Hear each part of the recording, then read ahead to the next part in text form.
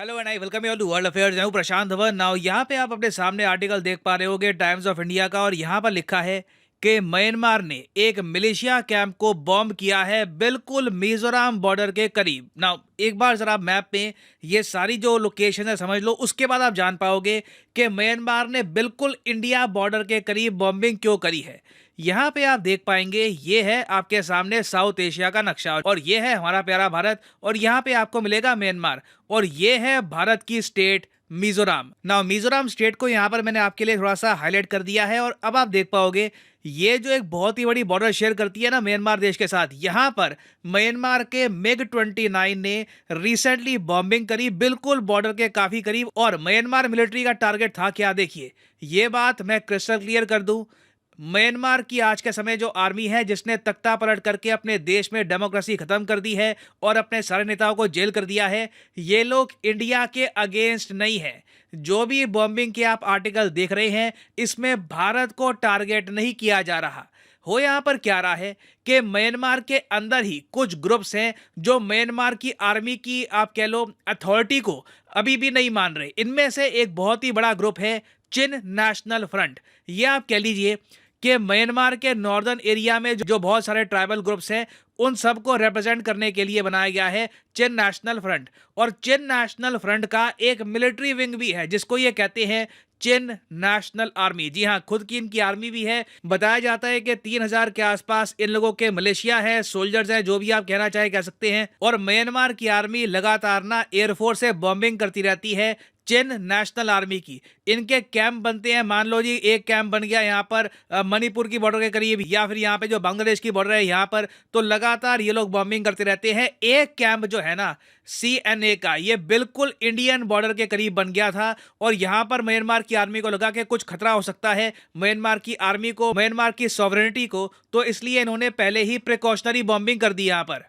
और अगर आप प्रॉपरली करंट अफेयर्स को स्टडी कर रहे हो पिछले 2-3 सालों से, तो चिन नेशनल आर्मी, ये जो वर्ड्स है ना, ये कहीं ना कहीं आपके माइंड में आएंगे। आपने कहीं ना कहीं सुना होगा इसके बारे में, क्योंकि 2001 में ना न्यूज़ ये आई थी कि मिजोरम के बिल्कुल बॉर्डर के करीब चिन नेशनल आर्मी के लोग आ गए, और इन्होंने भारत सरकार से, मिजोरम की सरकार से भी गुहार लगाई कि हमको रेफ्यूज दे दो, हमको शरण दे दो, हमें म्यांमार की आर्मी छोड़ेगी नहीं। हमें पता नहीं कि म्यांमार की आर्मी हमारे खिलाफ कितना बड़ा एक्शन लेगी, क्योंकि देखो म्यांमार की आर्मी ने ना 2021 से लेकर 2023 तक ब्रूटल तरीके से अपने ही लोगों को मारा है। आप सबको बताना चाहिए कि फरवरी 1, 2021 में म्यांमार के आर्मी जनरल मिन वांग ने अपने देश में इलेक्टेड गवर्नमेंट हटा दी। आंग सांग सू की, जो उस वक्त स्टेट की काउंसलर थी, मतलब आप कह लीजिए म्यांमार की PM थी, उनको जेल में डाल दिया। और उसके बाद ना पूरे म्यांमार में प्रोटेस्ट हुए हैं। आम लोगों ने भी अपनी आर्मी के अगेंस्ट प्रोटेस्ट किया है, और पता है कितने लोग मारे गए? बताया जाता है कि 2000 लोग मारे गए हैं प्रोटेस्ट में। ये लोग अपनी ही मिलिट्री के अगेंस्ट मरे हैं। ये लोग अपने देश में डेमोक्रेसी के लिए लड़ रहे थे। और अरेस्ट की अगर हम बात करें तो 10,000 अरेस्ट हो चुकी हैं अभी तक ना। 2001 से लेकर 2023 आ चुका है, और धीरे धीरे ना हम देख रहे हैं कि म्यांमार की आर्मी की जो पकड़ है अपने देश पर, ये लूजन हो रही है। इंडिया ने अभी तक नीति ये अपनाई है कि USA, जापान, यूरोप के बाकी देशों की तरह हम म्यांमार पे सैंक्शन नहीं लगाएंगे। नहीं तो वैसे आप अगर देखो तो दुनिया भर के जो ज़्यादातर वेस्टर्न कंट्रीज है, जो विकसित देश हैं, ये म्यांमार पे सैंक्शन लगा चुके हैं ताकि म्यांमार की आर्मी पर प्रेशर बने। इनका अगेन थ्योरी है इनकी कि हर प्रॉब्लम का सोल्यूशन सैंक्शंस हैं, मगर अभी तक म्यांमार की आर्मी को सैंक्शंस का कुछ इम्पैक्ट हुआ नहीं है। उल्टा ये लोग बस चाइना के और करीब आ गए हैं। इंडिया ने देखो अभी तक ना UN में, चाहे जनरल असेंबली हो या फिर UN का सिक्योरिटी काउंसिल हो, हर जगह जहां पर म्यांमार पर वोट करने की बारी आई, एब्सटेन किया है। म्यांमार के अगेंस्ट कोई खास स्टेटमेंट दी नहीं है। और इसके पीछे एक बहुत ही बड़ा रीज़न यही है कि जिस तरीके से ना म्यांमार को काफ़ी बार हेल्प चाहिए होती है इंडिया की अपने यहाँ इंसर्जेंसी को कंट्रोल करने के लिए। हमारे देश में भी आप अगर देखो तो नॉर्थ ईस्टर्न स्टेट्स में कई ग्रुप खड़े हुए हैं जिन्होंने नॉर्थ ईस्टर्न स्टेट्स को इंडिया से तोड़ने की कोशिश करी है। और काफी बार ये ग्रुप्स क्या करते थे कि बिल्कुल म्यांमार की जो बॉर्डर है यहाँ पर छुप जाते थे। तो म्यांमार की आर्मी ने हमेशा से इंडिया की हेल्प करी है इन ग्रुप्स को ढूंढने में, इन ग्रुप्स को टारगेट करने में। और आप कह लीजिए म्यांमार की हेल्प की वजह से ही हम आज के समय नॉर्थ ईस्टर्न स्टेट्स में लगातार इंफ्रास्ट्रक्चर के जो प्रोजेक्ट्स हैं आगे बढ़ा पा रहे हैं। म्यांमार में अब जो स्थिति बन रही है, धीरे धीरे जो आर्मी का कंट्रोल है ये आप कह लो इनके हाथ से फिसल रहा है। इनको लिटरली कारपेट बम्बिंग करनी पड़ रही है अपने देश में।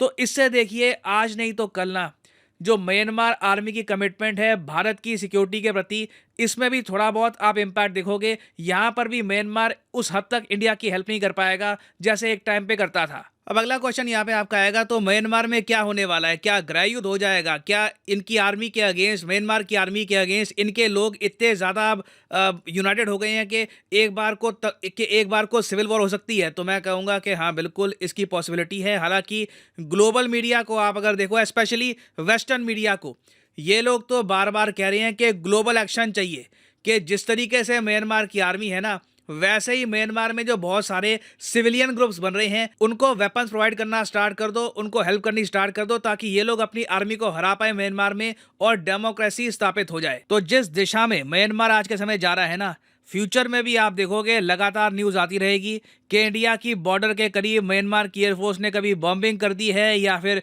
कुछ यहाँ पर ग्रुप्स के बीच में फायरिंग हुई है। तो इंडिया के लिए बहुत ही ज़्यादा इंपॉर्टेंट है कि नॉर्थ ईस्टर्न बॉर्डर को ना हम प्रॉपरली गार्ड करके रखें, इंश्योर करें कि कोई इंसर्जेंसी ना हो, क्योंकि हमारे म्यांमार के साथ लॉन्ग टर्म रिलेशंस हैं। चाहे कोई भी यहाँ पर पावर में रहे, म्यांमार इंडिया के लिए बहुत इंपॉर्टेंट है। और अभी रिसेंटली आपको पता होगा कि इंडिया ने सितवे पोर्ट म्यांमार में डेवलप कर दिया है। यहाँ पे आप देख पाओगे, ये म्यांमार का यहाँ पे ना एक पोर्ट है, सितवे पोर्ट, इसको इंडिया डेवलप कर रहा है और ये पार्ट होगा Kaladan multi modal transport project का। इसके अंडर क्या हम करेंगे कि कोलकाता को सीधा जोड़ देंगे सितवे पोर्ट से, और उसके बाद जो कलादान रिवर आपको मिलेगी म्यांमार में, इसके थ्रू हमारे जो कार्गो हैं, जो हमारा सामान है, वो हम पहुंचाया करेंगे नॉर्थ ईस्टर्न स्टेट्स में। तो आप कह लीजिए म्यांमार के जरिए ना भारत की जो निर्भरता है चिकन्स नेक पर, ये कम हो जाएगी। नहीं तो ऐसे आप अगर देखोगे, ये यहाँ पर बांग्लादेश की बॉर्डर है, ये यहाँ पे है सिलीगुड़ी कॉरिडोर, इसको कहा जाता है चिकन्स नेक, क्योंकि अगर मान लो कल को ये एरिया ब्लॉक हो जाता है या फिर अगर मान लो यहाँ पे बॉम्बिंग होती है, तो इंडिया का जो डायरेक्ट रोड एक्सेस है नॉर्थ ईस्टर्न स्टेट से ये कट सकता है। म्यांमार हमको ये लग्जरी देता है कि हम सितवे पोर्ट के थ्रू, यहाँ से ये जो रास्ता है ना, सितवे पोर्ट के थ्रू लगातार कनेक्टिविटी बनाकर रखे नॉर्थ ईस्टर्न स्टेट्स के साथ। तो सितवे पोर्ट अब फाइनली एक्टिव हो चुका है। अगर म्यांमार में स्टेबिलिटी रहती है तो इंडिया की जो बॉर्डर है ये भी स्टेबल रहेगी विद म्यांमार। उसके अलावा हम नॉर्थ ईस्टर्न स्टेट्स में ज़्यादा तरक्की भी कर पाएंगे।